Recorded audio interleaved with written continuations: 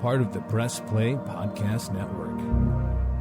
Look up in the sky, it's a bird, it's a plane, This is Jason J. Lewis, the voice of Superman on Justice League Action. This is Mark Wade, writer of Superman Birthright. You're listening to the Krypton Report.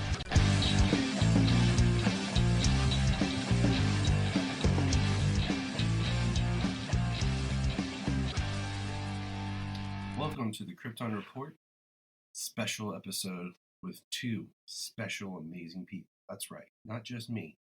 But since it's a crisis time to bring in the Crisis Patrol. I got on my left here the man, the myth, the legend, Solomon. What's up, guys? I'm doing awesome. I know for a while. And then our good friends, we're talking Crisis on Two Earths, the animated film. We're talking animated. Gotta bring in my buddy, Mr. Nate Kinsey. What's up, Nate? Hey Tyler, Solomon, how you going over there in the States? It's nice and warm here in Australia, and no, as always, it's great to be back on the podcast. It's great to have you, and yeah, it's weird here because I guess we're gonna have an early spring, and like yesterday, it was like 50s, almost it was like 60. I think at one point it was cloudy, so it's weird for February. Very weird for us, but yeah, I was thinking, they have this big crisis level event going on with the 3 Crisis films. Last month we reviewed Crisis Part 1. And years ago there had been this Crisis on Two Earths movie. I was like, it'd be an interesting time to revisit that and talk with my buddy Nate about it. So we'll jump into it. Nate, what is your history with this film? I remember when it first came out. I was really excited about it. I didn't know too much about Crisis. So those who've heard me on your podcast or even my podcast, I didn't read a lot of comic books when I was younger. So Crisis on Infinite Earths, I didn't really know much about it back then. So I was really excited about the movie when it came out, and I enjoyed it for what it was. And then obviously found a lot more about it when I did a lot more digging and found out more about it, which made it more interesting with regards to, it was supposed to be like an adaptation after the, Justice League and Justice League Unlimited series. And then there was supposed to be a movie on its own, and then they had to bring in new voice actors and everything. But yeah, I actually, revisiting, it's always a good movie to watch and rewatch. I thoroughly enjoyed it. And it was definitely a good movie, a good choice to watch. And it's something always good to go back to. I agree. So this movie, it's the Justice League Crisis on Two Earths in 2010. Okay, it's directed by Sam Liu and Lauren McGunner, written by the late great Dwayne McDuffie.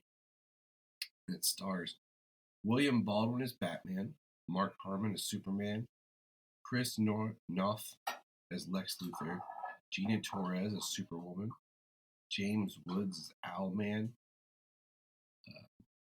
and then just a plethora of voice actors who are amazing. Josh Keaton is the Flash, Nolan North is Green Lantern. It's a very, very talented cast, but at the same time, I will say this. Me and Solomon talked about this. Solomon, what was your thoughts on Batman's voice? I don't like it that much. I was not a fan of William Baldwin as Batman. I was not digging his Batman. And Mark Harmon as Superman, I was okay with it, but it's not my choice. But Solomon said he liked it. Yeah, it was good. There's other stuff I'll check. What did you think of the voice cast, Nate? I was pretty much the same. If you actually put all those other voice actors out of your mind and actually listen to the movie for what it is, it's something you can watch and listen to and go, okay, yep, not a problem. But there's definitely a lot more better voice actors out there could have done those roles, especially at that time. But I know they were going away from Kevin Conroy and Tim Daly and all that sort of stuff. They wanted like a new fresh face for all these people. So I understand what they're trying to go to, but considering it was supposed to be like a sequel to Justice League and Justice League Unlimited, so it was a bit. So I understand why they did what they did, but yeah, it was a couple of those voice actors were really good. Like I think Gina Torres as Superwoman was really good, Yes. and James Woods as Owlman was a perfect decision. Then the good thing is even if we had the original voice cast back, you could have still had those two voice actors anyway. So that worked out really well. But yeah, I agree with you both. Is that wouldn't have been my choice for those two, especially like you said, William Baldwin as Batman, but. I think Mark Harmon as Superman was okay, considering, all I think about as Mark Harmon now is, 13, 15 seasons of NCIS. So, yeah, that's what I was going to say. Yeah. Yeah. So, but yeah, like I said, for what it was, I understand where, Andrea Romano was going for, but yeah, definitely, it's hard to watch a Justice League animated movie back in those days without the original voice acting, cast from the TV series. So yeah, it was different. It was. I mean, this was at that time where we were doing the animated films, and they hadn't started cranking them out to about 2 to 3 a year, like we were getting for a while. We hadn't established the animated universe yet. Starting with Justice League War, we were just doing every film was different, and every film had a new cast. And this one, like Nate said, like the original script was written to be a direct to DVD film, but it was going to bridge the gap between Justice League and Justice League Unlimited. And then they didn't do it, and then they took the script. It was originally written in 2004, and they kind of retooled it into this film. But there's still little remnants of, you can kind of see that, like squint and see, like how many Justice Leaguers there are. They tweaked a few things, like it's not John Stewart Green Lantern, it's Hal Jordan. We don't have the seventh member, so we don't have the Hawk Girl, or anyone else in this. It's just 6 members. I thought it was interesting, and we'll talk about the story overall, but just a couple things like how Wonder Woman gets a new special gift in this that I never thought of how she got that in the Justice League series. It was supposed to explain that. A quick summary of the film says, a good version of Lex Luthor from a parallel Earth comes to the Justice League's dimension to get help to fight their evil counterparts. So, the story focuses on our Justice League. We'll call it Earth 1, since they don't really designate the Earth. And then Earth 3, which is usually Prime Syndicate Earth, where it's the opposite, where every hero that you knew is evil on Earth 3, with everyone who's evil being on Earth 3. So we have Ultraman, Superwoman, Owlman, Power Ring, Johnny Quick, and I never really could. I'm gonna try to pronounce what the Martian's name is, but it was Jed Jakaris. Yeah, I think that's pretty good. Yeah. So, yeah, me and Solomon, we rewatched this, and I'm gonna let him. Solomon, what was your just overall thoughts and feelings about the film, or what's something in the film that really stood out to you? I really liked the line when they went to Lex's parents' cell and he was naked, and the wife like, that's why they come. That was always, he's like, boom. I thought, that was always one of my favorite funny lines. Like, when this movie came out, it was a time I was working at Blockbuster. I say that people now, it's like, it's been so long. Blockbuster was a big video rental company, and I used to put this on in the background and just kind of have it playing, and I always laugh and chuckle at that part. But I like the Lex Luthor, like the good Lex Luthor in this. What about you, Nate? Yeah, I did too. I love the start of this movie. You had Lex Luthor, and was actually Jester, so not the Joker. I just love that how those two work together, and especially at the start where Jester basically sacrifices himself, and that joke of get away, Lex. Your head's hurting my eyes, pretty much the glare from his his bald head. So I like a lot of those little funny lines in the movie and stuff like that. And as Solomon mentioned with Lex Luthor when he went to Earth One, and but even like Superman's quick straight away knew straight away this wasn't their Lex Luthor. Like he did his X-ray vision and realized that his heart was on the wrong side of the body. So just those little quick things. But as you mentioned before about how this is supposed to be the movie in between Justice League and Justice League Unlimited, you could even tell at the start of the movie when the Watchtower was being rebuilt. So if you remember from the both series, that you can tell there's a different Watchtower in that as well. So you can just tell the little bits that they kept in the movie that I think that they didn't get rid of. But as you mentioned, with regards to certain characters aren't in this movie and the change of the Green Lantern side of things, but yeah, it was like I said, it's a lot of fun to watch. I would have liked to see a lot more of the good guys from Earth 3, like a lot more of rather than just Lex Luthor and Jester. I would have liked to see a little bit more characters that we could have built off, but obviously they only had the one movie they could have used, so that was something I wish we could have seen a lot more of. Yeah, like if in the opening there had been more than just Lex and Jester getting picked off,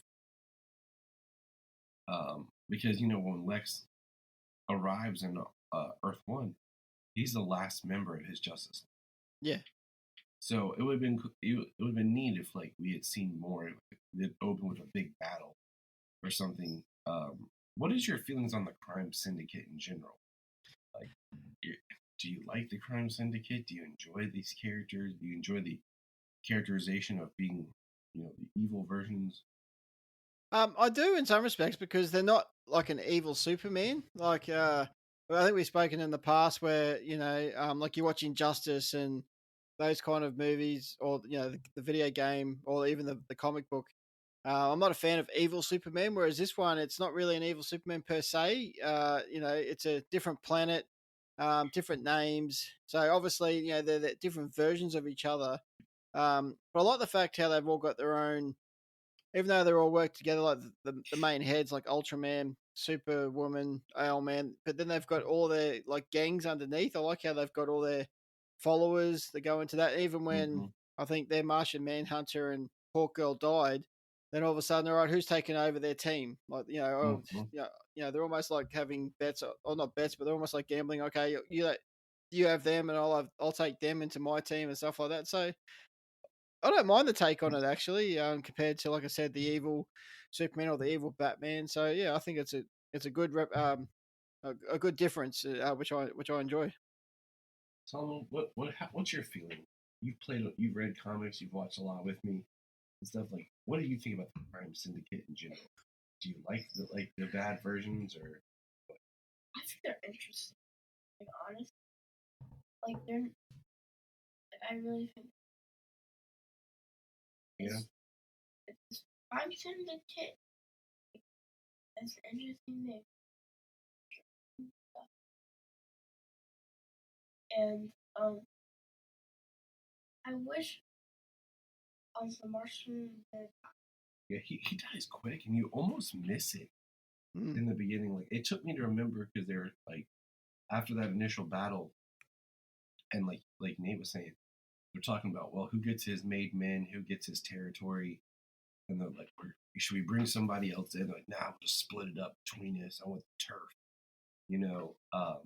It shows they really don't care about each other. They're not really a team. But yeah.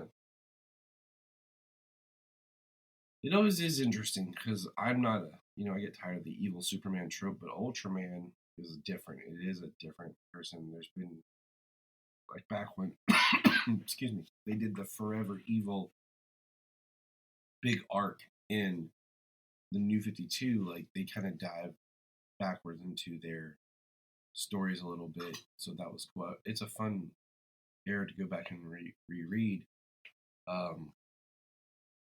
But I told Solomon this, that in the comics, I remember like Ultraman will actually eat green kryptonite, and it helps make him even more powerful. Okay. And I remember that. I don't remember which one it was. But blue kryptonite's what weakens him. Because when Lex pulls out the blue kryptonite, and I thought it was interesting they do a whole thing where they actually arrest Ultraman. And I'm just kind of like, how are you keeping him, unless you're like bounding him in blue kryptonite, how are you keeping him subdued? I do like how they throw the blue kryptonite in the back of the the paddy wagon. I thought that was pretty interesting. But yeah, but like we said, they didn't keep him there for long. And but I do like the fact that the president on this planet is Wade Wilson. I thought that was pretty cool. And like the voice actor for that, he's pretty well known. I'm pretty sure he was in the first X-Men as one of the Yes, it's Bruce Davison. Yeah. Yeah, me and Solomon I started introducing him to those films. So we're actually in the middle of watching the first X-Men. Oh, wow. Oh, yeah. They're definitely a good bunch of movies to watch, going back to, 2000.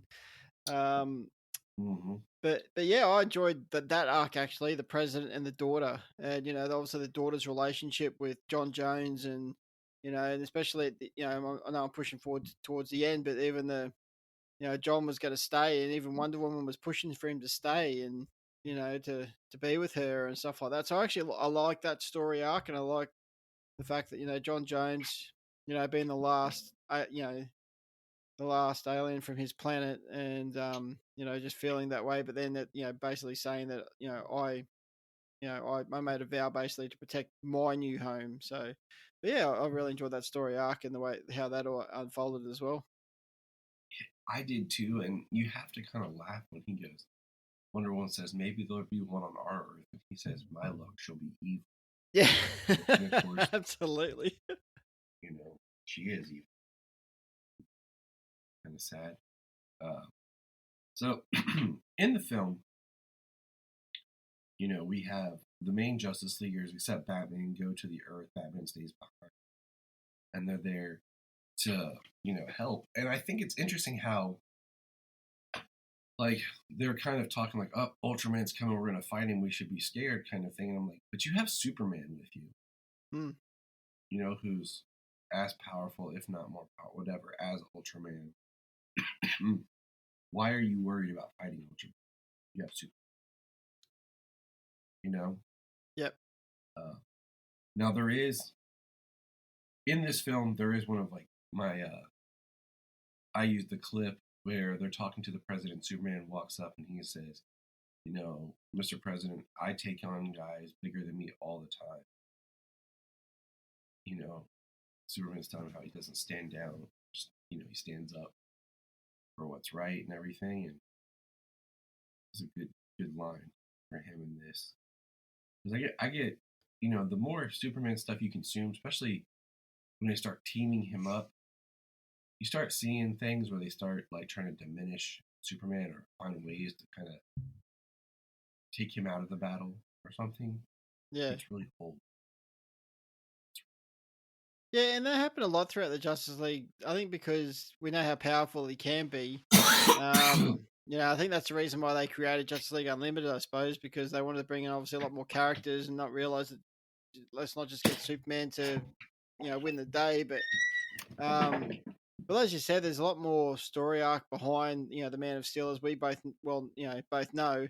Like I said at the start of this movie, straight away, he, it's not just about muscle. He thought about when he saw Lex the first time and went, hang on a minute, he's from a different planet because I can X-ray him and automatically see his heart's on a different, on the different side of his body. So, yeah, he definitely, we see a lot more to him than what everyone gives him credit for.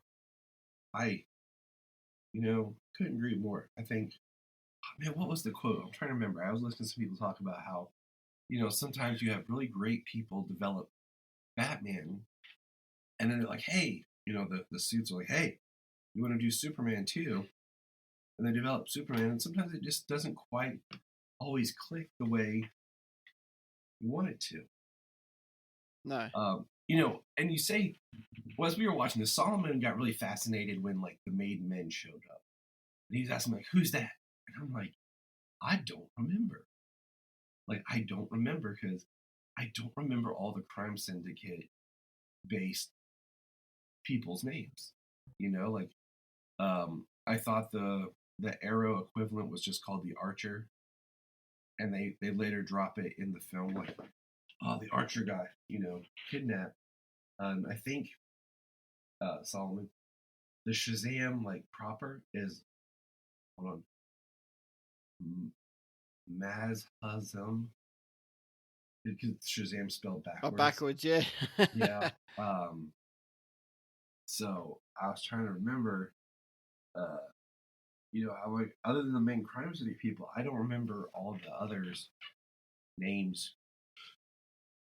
Excuse us, people. We love recording with Nate, but the time frame sometimes catches up to us all.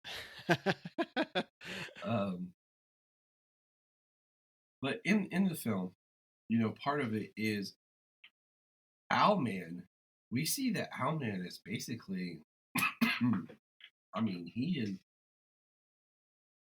what's the word I would even use? Nihilistic, sadistic. That he realizes that he basically has his breaking point where he talks about how nothing matters. And it's a great speech delivered by James Woods, but he talks about if he makes an explosion on Earth Prime, it will ripple through all reality, destroying all reality. And he talks about how reality is based on our choices from Earth Prime and how it's splintered. He's talking to Superwoman, and she's like, oh, there's all these planets we can conquer. And he points out, he says, on this planet, we're poor. On this planet, we're this. On this planet, we were never born. Here, this happens. It's like every choice we could possibly make is splintered into another reality. And I wish the film was bigger or longer to take the time of how Owlman comes to the realization where nothing matters. He's ready to just destroy all reality because it's pointless. And kind of has that moment of, has that arc of who he is before he discovers this multiverse, and then how it makes him kind of crack into just at a point where he's comfortable with destroying all reality because he feels that nothing matters because it's all pointless. Because even when he blows up at the end, he's like, it doesn't. Yeah. So, well, even in some respects, he's probably worse off than Thanos. Like Thanos was happy to give, go 50-50, whereas Owlman he's 100%. Like it was kill everybody and let's start again fresh. At least Thanos was let's just get rid of half the population and so the rest can thrive. But Owlman was just wow.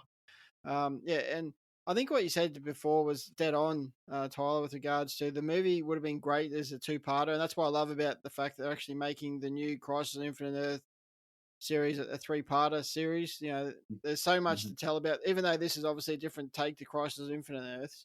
But they could have gone to a lot more backstory on Owlman and also the other, the Crime Syndicate characters as well. It would have been great to see.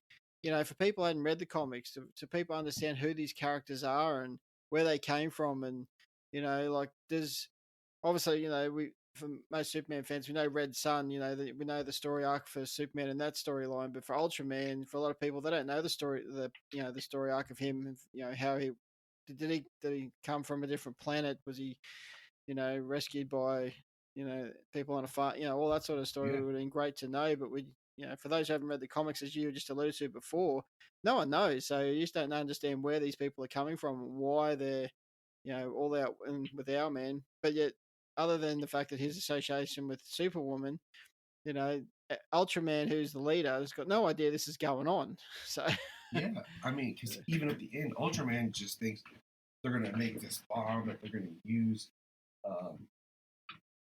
and they're going to hold a ransom against the president.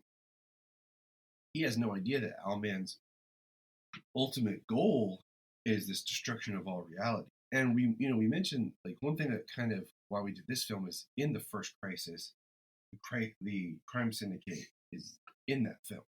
Yeah. The Flash had traveled.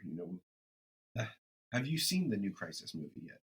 Yeah, I have actually. Okay, good. I don't want to spoil anything for you. Me and Solomon watched it, and I told Solomon, before we watched, I said, buddy, I'm going to watch it with you. And it's going to be a little confusing, and it's going to make sense at the end. And we're watching. He's like, oh, I got this, Dad. I got this. We're watching. He's like, Dad, does he keep jumping around? What's going on? And I'm like, yeah, I'll explain it to you when it's over, buddy, how it kind of makes sense. And what do you think? It was kind of, I didn't know like where he was. I'm like, where is he jumping?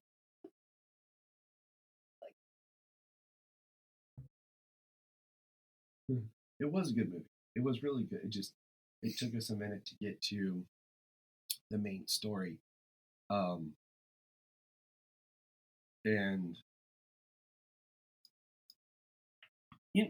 one thing with the crime syndicate is, it can be a really cool kind of cautionary tale of what could have been. It reminds me like maybe to better affect how the Justice Lords were, Yeah. and what that kind of like arc was in the parallel future, or whatever, in Justice League. I found that fascinating because that's another kind of almost injustice version where something's taken and they're lost, and it causes them to go dark. But the crime syndicate is always just kind of fascinating because they are but they're not a team in the sense of like, there's not that they don't care about each other like the Justice League care about their teammates. So they don't really try to work in unison. I did find in the film the interesting where Ultraman drops the line, they spent $37 billion on government bribes. Yeah. I'm just like, geez. And he talks about like they want to be the government, and then in the Crisis film the new one, at that point the syndicate had become of that Earth.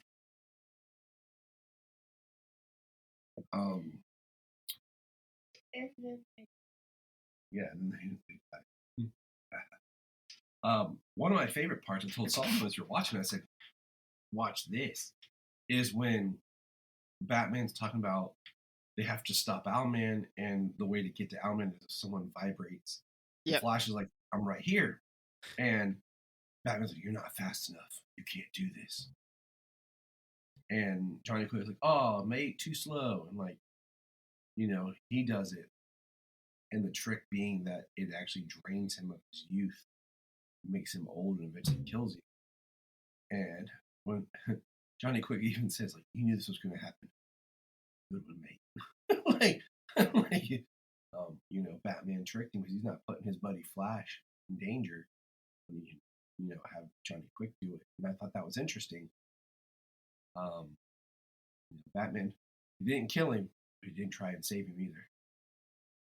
No, exactly. And I was just thinking about that before. I'm glad you mentioned it. And if you actually go back to the start of the film when they're on the watchtower and they're going to use the the beam to beam the Flash onto the watchtower, and even once it was all done, the Flash the Flash was worried that Batman didn't even know it was going to work, and his comment was, I don't even think he likes me that much. But the fact that we see at the end, the fact that he did this to save his life, I think that just shows the kind of character that Batman is, and he looks after his team, and it was it's one of those scenes from the movie that I'll remember as well for a long time. Now, did you take Johnny Quick as Australian or English? Because sometimes I thought he was English. I thought he was a little bit more Aussie. No, I definitely felt to you. No, I definitely took him as English. Our accents are very similar. Like they're similar in some respects. Some people can probably hear us because obviously we're descendants of British over here in Australia. But yeah, for me, he's definitely British. See, that's what I thought. But I think the voice actor at times kind of made it a little bit. Because I was like, there's a couple of lines Yeah. I was like, that sounds more posse. But I actually remember Speed Demons in Superman the animated series. There was a scene where there was a ship that got run aground, and the ship was supposed to be Australian, sailors, well, merchant navy, and then the accents that they had was just so, just like, as an Australian listening to these accents, people trying to pretend to be Australian, it was just so wrong. I just thought, you got to be kidding me. I was almost gonna trying to email Andrew Romano, even though from the series that was like, so many, 20 odd years ago or whatever. how dare you? But yeah, I definitely I can understand where you got both accents out of Johnny Dude, Quick though. there's a couple of lines that really kind of was like, what's the actor doing here? And I was like, it felt very and I'm like, that seems, but yeah, the tricking of Johnny Quick was always one of my favorite parts of this story. Wonder Woman, takes Owlman's plane in chameleon mode. And that's basically how she gets the invisible jet. Yep. That was written to be how she gets the invisible jet in Justice League Unlimited. And it's been a while since I've watched both of those series kind of back to back and like really paid attention, Now I just kind of pop one in, watch it here and there. I never thought about it. How'd she get that invisible jet, Yeah. Because this film ends, like there's a scene where Batman's in the Watchtower by himself and he calls for backup. And backup shows up and it's Aquaman, Red Tornado, and who else, Solomon? And who else? Black Lightning and Black Canary. Yeah. No, not Black Canary. Sorry, that was something else I read. See? Black Lightning. No, it was Yeah, it was both of them, wasn't it? Yeah, it was both, yeah. Now you got me confused earlier. But, they come to help, and then at the end, when the whole team is back on Watchtower, Batman mentions, opening up for membership. And there are those characters still standing there. And that's part of, we jump to the pilot of Justice League Unlimited, and it's the first pilot, or the first episode is them recruiting Green Arrow. So it kind of picks up that same thread about, recruiting members. So that's kind of still in there, in the story, in the initial script. And, another difference, if we're going to, one thing that you and I think we did this episode together. I could be wrong, or we've just talked about it. After a while, we talked so much.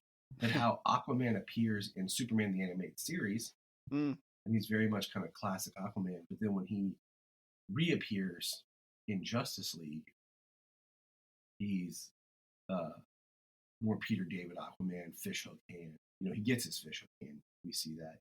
Yeah. Tough Aquaman chewing nails kind of guy. But yeah, what else can you say about the movie, Solomon? It was a real. Yeah.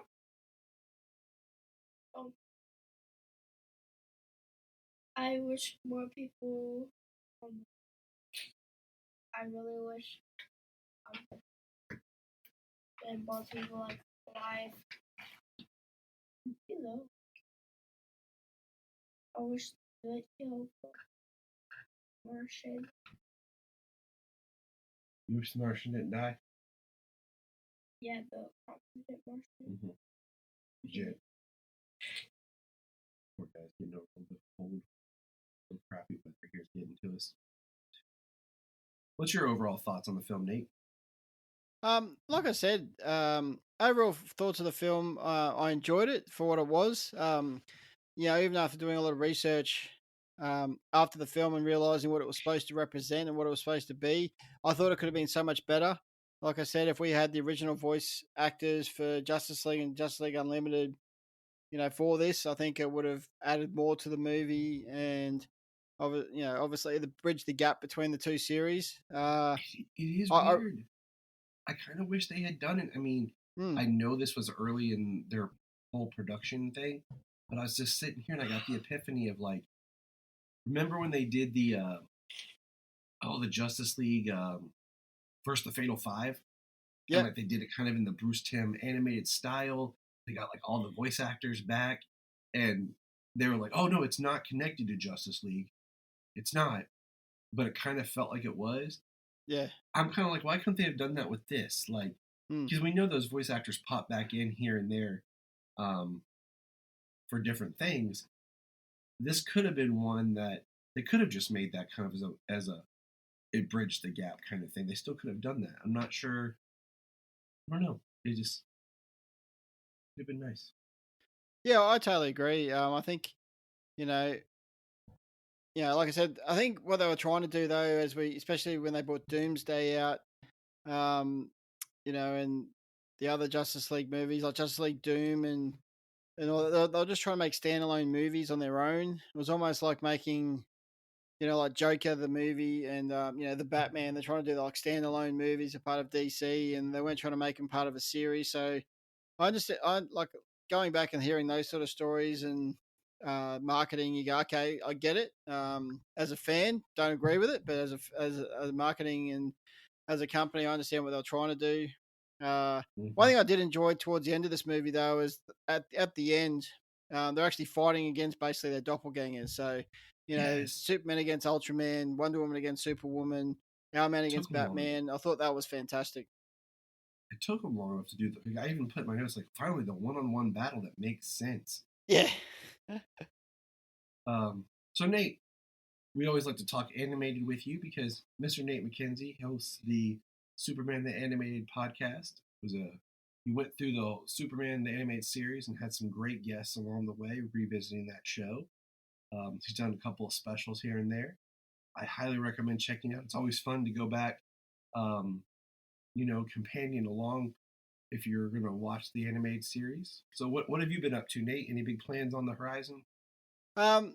Actually, I'm definitely getting back into the podcast. Like I think last time I actually spoke to you, I said I was getting back into podcasting. But yeah, definitely keen to get back into it. Finally they've got the New Adventures of Superman here in Australia, so I'm keen to get stuck into that. But yes, finally, finally. And looking at, I thought about going back and doing Superman the Animated Series now that it's on Blu-ray. And like I said, season 3, I'll say grateful to have great guests as you mentioned, such as yourself and some other great people that we're both friends with. Come on the podcast. So in the first 2 seasons, I've predominantly done that on my own. So still thinking about what I'm going to do moving forward with regards to that. But also there's so many animated movies out there with our favorite character Superman in there. So the sky's the limit, so to speak. But yeah, definitely keen to get back into the podcasting side of thing. I really enjoyed. I love talking to great people such as yourself and Solomon, and and just reflecting on these great movies and and looking forward to what's to come, not just with the animated but just the DCU. So looking forward to Superman Legacy and all those great movies, and just as a DC fan, just seeing what's coming and just excited for everything. Awesome. Well, Nate, we appreciate you joining us for this kind of quick discussion here. Just looking back at a previous crisis and how it plays into things, and we encourage everyone to go and check out Nate's podcast and look forward to what he has on the horizon. No, thank you so much for having me back on the podcast. If you are looking for the podcast, it's out there on all your great podcasting networks. So it's Superman the Animated Podcast, or you can find me on Twitter or Instagram at Sup Animated Pod. I'm always happy to talk anything Superman or DC related, or anything in general, anything nerdy. Big Star Wars fan, Ninja Turtles, all that sort of stuff as well. So, but yeah, definitely check it out. Definitely, I love being on the podcast with you, Tyler. It's always great to have a chat, and can't wait to do it again sometime in the future. Of course, anytime.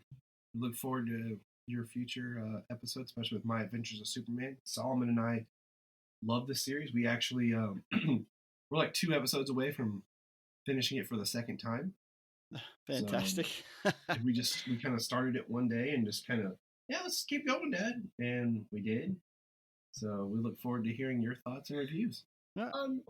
Also, guys, I have my own podcast. Yeah, Solomon's working on starting his own. Oh, fantastic! I can't wait to listen to it. What's it going to be about, Solomon?